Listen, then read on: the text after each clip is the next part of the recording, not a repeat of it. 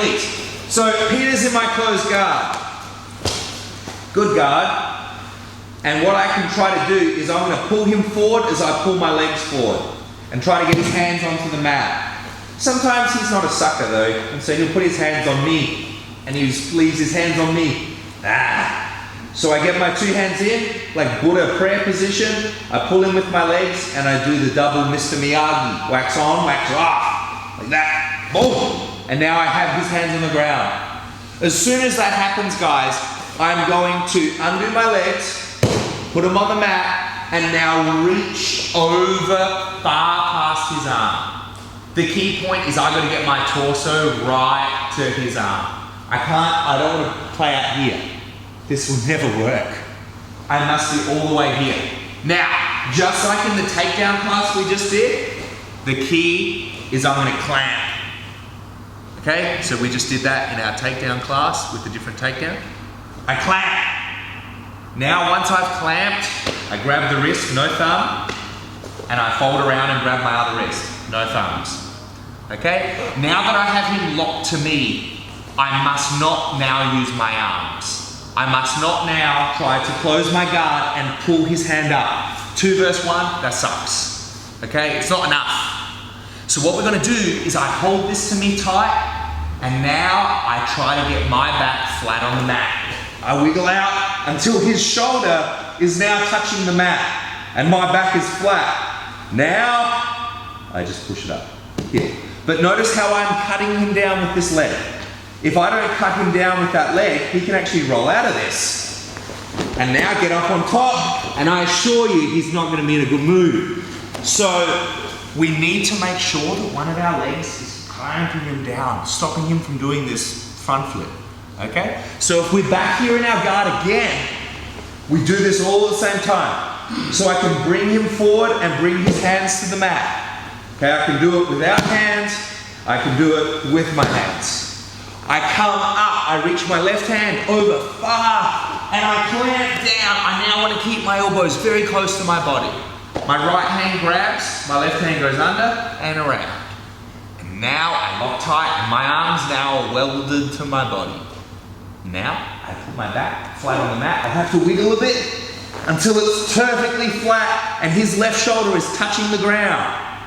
Now I make sure he's getting a good squish here and I just push his hand up behind his back. Stop resisting, officer, right? Same thing. So, from here, this is our Kimura. Very good position, okay? But if I don't put his shoulder on the ground, see his shoulder will go down and take away tall. So if I go here, his shoulder can go down and nothing's happening in his shoulder joint. As soon as I put his shoulder joint on the mat, now he has to tap, right? But if I go up here, same position, that far behind his back, it's all loose. It's all loose, look, all the way there.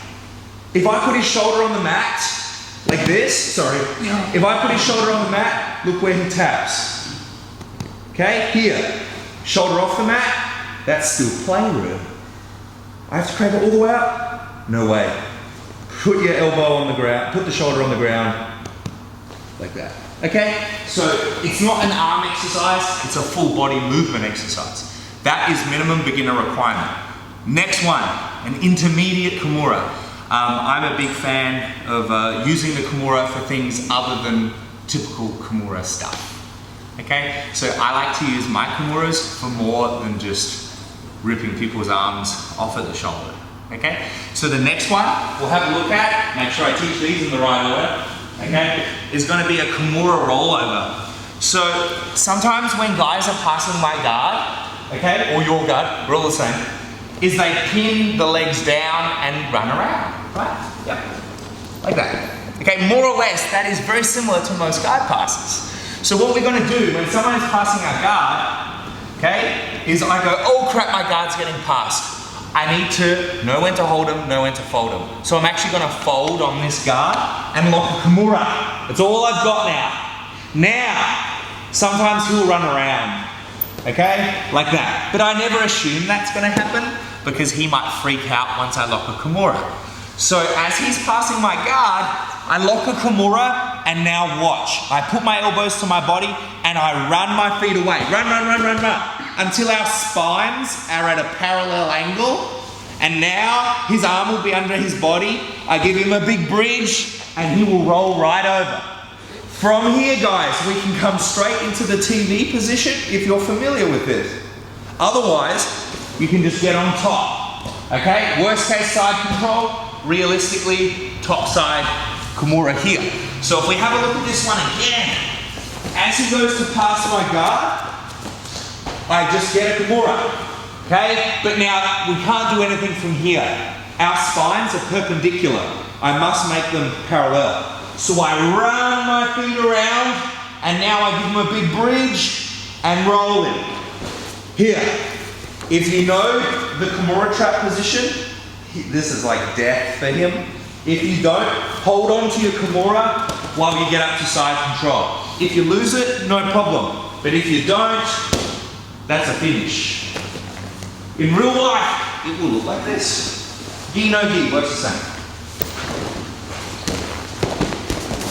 Here. So it's a very easy position, and this one, like, is one of my favorites, but it's high risk jiu-jitsu.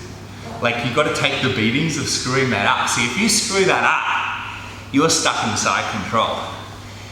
But if you look at it the way of, well, he was going to pass my guard anyway, isn't it better to try to at least go down swinging? So you can kind of, for me, I used to, when I fail at this, I go, oh, I'm quitting, I'm not doing this again.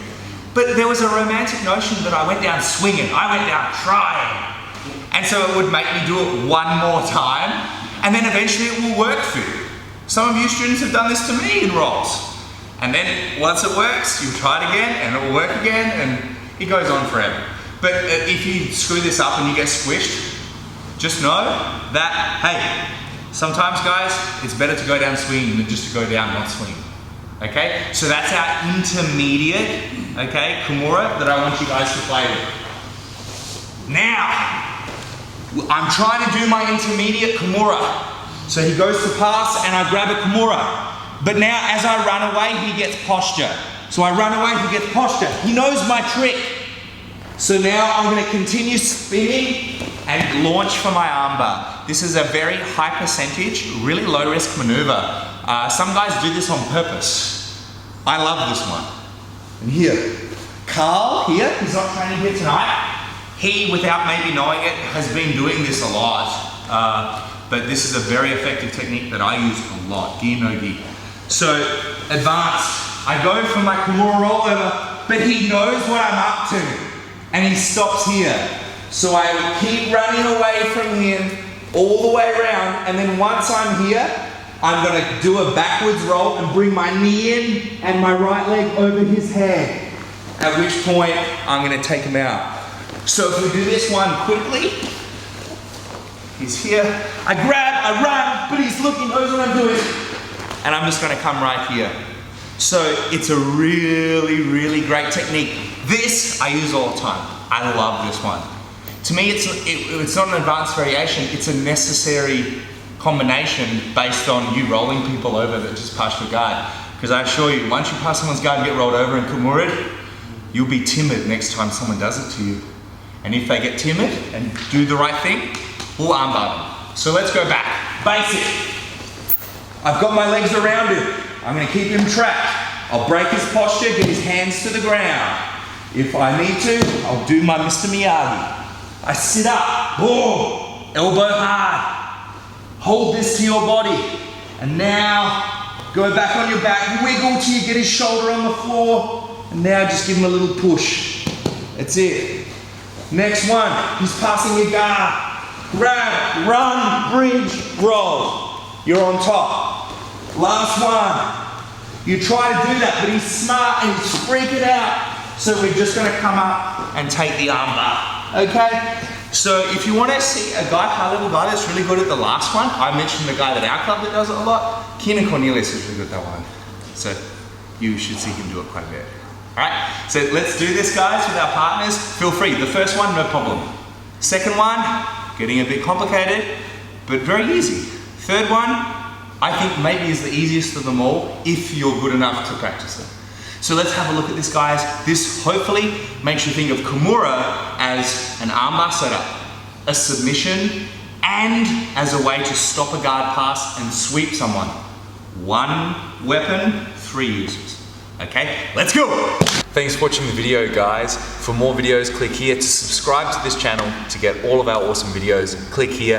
And if you'd like to have our hour-long series for free on footlocks and how to defend footlocks and leg attacks of all kinds, please click here. I'm Coach Tom, guys. I'll see you next time.